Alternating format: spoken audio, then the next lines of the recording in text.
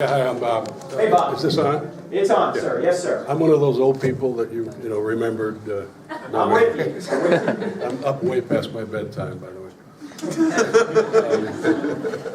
Just so you know where I'm coming from, I'm a secular Christian agnostic. What do you mean by that? Could you explain that? Yeah, to me? I can do that. I was born into Christianity. Yes, sir. Educated that way in a Let me grade make school. sure that's on. Is that really on? I don't know if I'm getting it. Can you guys hear Bob back there? I'm sorry. Okay. I was born into Christianity, educated in a grade school and two universities that were Catholic, Roman Catholic. Yes, sir. Through introspection and life experiences, I'm 74, I've come to the conclusion that I'm an agnostic, that it's not knowable. The existence of God is not knowable. It's ineffable. I don't deny it, and I don't claim it. I'm open to the possibilities. But what I noticed was a week ago tonight, we had Richard Carrier here, the famous philosophical or philosopher atheist. And he used the Hume argument to make the exact opposite point you made. He used Hume to prove atheism, while you used Hume to prove miracles. No, all I did was I tried to show that Hume's argument isn't decisive against Yeah. miracles. Yeah. All I'm saying is this. What we have is a difference in epistemologies. He's an empiricist. Yours is based on faith, and a certain amount of empiricism, but informed by that faith. And what I'm saying is, as long as we argue from different epistemological bases, we can never really come to any kind of a conclusion, because what you consider to be true, what you consider to be valid knowledge, comes out of your epistemology. What the atheist considers to be valid knowledge comes out of his or her epistemology.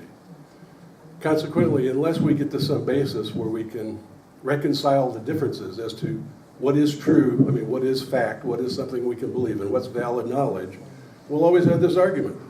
You know, this is an excellent observation, Bob. And in fact, let me just point out one thing about, I don't know if Carrier's a materialist. He probably is. He's a naturalist. He's Okay. a philosophical Here's naturalist. the problem with naturalism. The problem is, why should Carrier believe anything he thinks if everything he thinks is merely the result of a previous natural cause over which he has no control? I can't answer for why Carrier would believe anything. I know that he's very well versed in his own epistemology, his own worldview, as you are. I'm very impressed with you, and I'm very impressed with Richard. But I'm also reminded of Godel, who said that because an argument has internal logical consistency does not necessarily mean it proves the truth. It's true. It must depend on its own axioms to prove its axioms. So consequently, there's no way that you can prove your truth outside of your own axioms. You use your axioms to prove your truth. Let me just launch from this point, because this is a very good observation. I don't think that's true for the reason that we can arrive at the right worldview by starting with the laws of logic and then taking empirical data that we get through our senses and reason to a rational conclusion about the way the world really is. All theory-based models created by human beings. Bob, is that theory you just made created by a human being? Yes. Okay, so, but does that mean it's false? No, I'm just saying it's a theory-based model, a human-based theory-based model. That doesn't mean it's false, though, right? No, it means it's incomplete. We do not have the capacity to understand God, nor do we have the capacity to understand the deeper mysteries in the universe. Well, let me point out that I agree with you on one level that we don't have the ability to comprehend it completely, but we certainly have the ability to apprehend it. Like I said to Levi before. I got that. And that's the argument I'm making here. And I believe that. I believe okay. that. I've had personal experiences that I couldn't explain in concrete and empirical ways. Yes, sir. Okay? And at the same time, I can't say that because I've had that experience that somebody else in this room has had that same experience. So I guess what I'm saying is I applaud you. I applaud your facility, your ability to understand your worldview and express it and explain it very well. But I also noticed that a week ago, I did the same thing with an atheist who did exactly what you're doing. He was extremely good, facile mind, extremely well controlled in terms of his logic and the way he did things. But I'm also reminded that logic is not necessarily proof of anything other than consistency of logic. Yes, because you have to make sure that the premises of the logical arguments are true.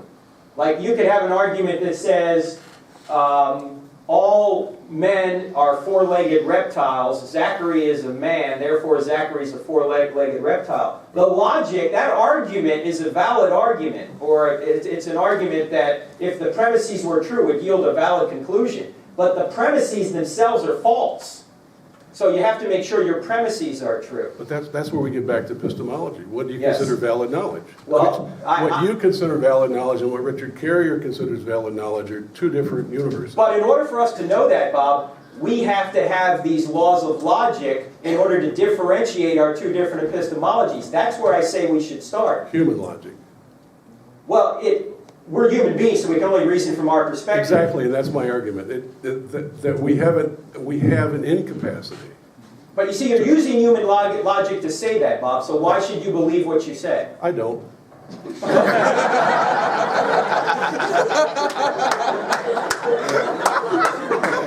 I'm here to hear what you have to say. And I think you've done a marvelous job. Thank you. Thank you so much, Bob.